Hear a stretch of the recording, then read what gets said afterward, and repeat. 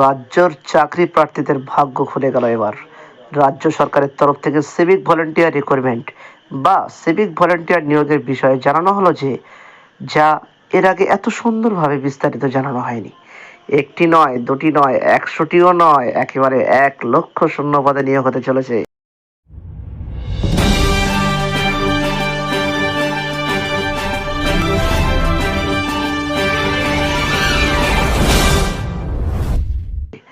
জেলাভিত্তিকভাবে civic ভলেন্টিয়ারের পদে কর্মীদের নিয়োগ করা হবে। রাজ্যের যে কোনো প্রান্ত থেকে আগ্রহী প্রার্থীরা এই চাকরির জন্য আবেদন জানাতে পারে। সিভিক ভলেন্টিয়ার রিক্রুটমেন্টের মাধ্যমে যে চাকরি হবে যার যার নিজের এলাকাতেই। এই চাকরিতে পাওয়া যাবে প্রতি মাসে মোটা বেতন এবং বার্ষিক বার্ষিক বোনাসের সুবিধা। এত ভালো চাকরির সুযোগ এই হাতছাড়া কেউ করতে চায়?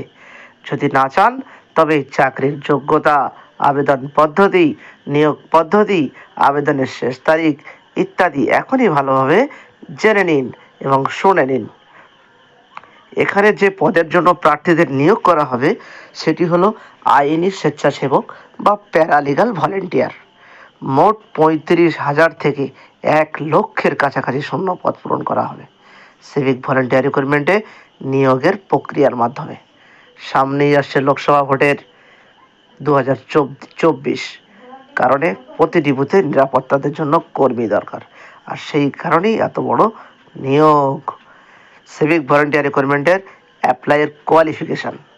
১ নম্বর কী লাগবে যোগ্যতা? ১ নম্বর হলো, এই চাকরিতে আবেদন করতে গেলে আবেদনকারীকে অবশ্যই যে কোনো সরকারি স্বীকৃত বোর্ড থেকে ন্যূনতম মাধ্যমিক বা সমতুল্য পরীক্ষায় উত্তীর্ণ হতে হবে। এটা সকলেরই আছে, সবাই পরীক্ষা পাস করেছে, সবাই মাধ্যমিক পাস আছে, সহজেই অ্যাপ্লাই করা যাবে। দ্বিতীয় নম্বর কী আছে না, সংশ্লিষ্ট পদে কাজের পূর্ব অভিজ্ঞতা থাকা দরকার। তার মানে কিছু না কিছু অভিজ্ঞতা সামান্য থাকলেই হবে। ৩ নম্বর, যে সমস্ত প্রার্থীর নাম কোনো অপরাধমূলক কর্মকাণ্ডে জড়িয়ে আছে তাদের এখানে আবেদনে নিষেধাজ্ঞা রয়েছে। ১ জানুয়ারি ২০২৪ অনুযায়ী যে সমস্ত প্রার্থীর বয়স ১৮ থেকে ২৭ বছরের মধ্যে রয়েছে তারাই এই প্যারালিগাল ভলেন্টিয়ার পদে আবেদনের যোগ্য অধিকারী। তবে আরও একটি সুযোগ আছে। ওবিসি প্রার্থীদের বয়স সময়সীমার ক্ষেত্রে ৩ বছর এবং এসসি ও এসটিদের বয়স ৫ বছরের ছাড় দেওয়া হয়েছে। এই পদে চাকরির জন্য কোনো রকম আবেদন আগে থেকে করতে হবে না। যারা ইচ্ছুক থাকবে তাদেরকে ইন্টারভিউয়ের তারিখ ও সময় অনুযায়ী নির্দিষ্ট স্থানে শুধু ইন্টারভিউ দিলেই হবে। সিভিক ভলেন্টিয়ার রিক্রুটমেন্টে অ্যাপ্লাই ডকুমেন্টস। আমি এবার ডকুমেন্টসের ব্যাপারে জানাবো। ১ নম্বর কি, voter card, Aadhaar card, passport, driving licence. দ্বিতীয় নম্বর কি না, মাধ্যমিক পাসের সার্টিফিকেট ও মার্কশিট। তৃতীয় নম্বর কি, সংশ্লিষ্ট কাজের অভিজ্ঞতার সার্টিফিকেট। চতুর্থ নম্বর, জাতিগত শংসাপত্র, ওবিসি, এসটি, এসসি। ৫ নম্বর কি, স্থায়ী বাসস্থানের প্রমাণপত্র। আর ৬ নম্বর, ১ কপি পাসপোর্ট সাইজের ছবি। আর ৭ নম্বর, মাধ্যমিক অ্যাডমিট কার্ড অথবা বার্থ সার্টিফিকেটের জেরক্স এবং অরিজিনালগুলো সব কিছুর সাথে রাখতে হবে। এখানে কোনো কম্পিউটার বেসড বা রিটার্ন টেস্ট হবে না, শুধু একটি ইন্টারভিউ নেওয়া হবে আবেদনকারীদের।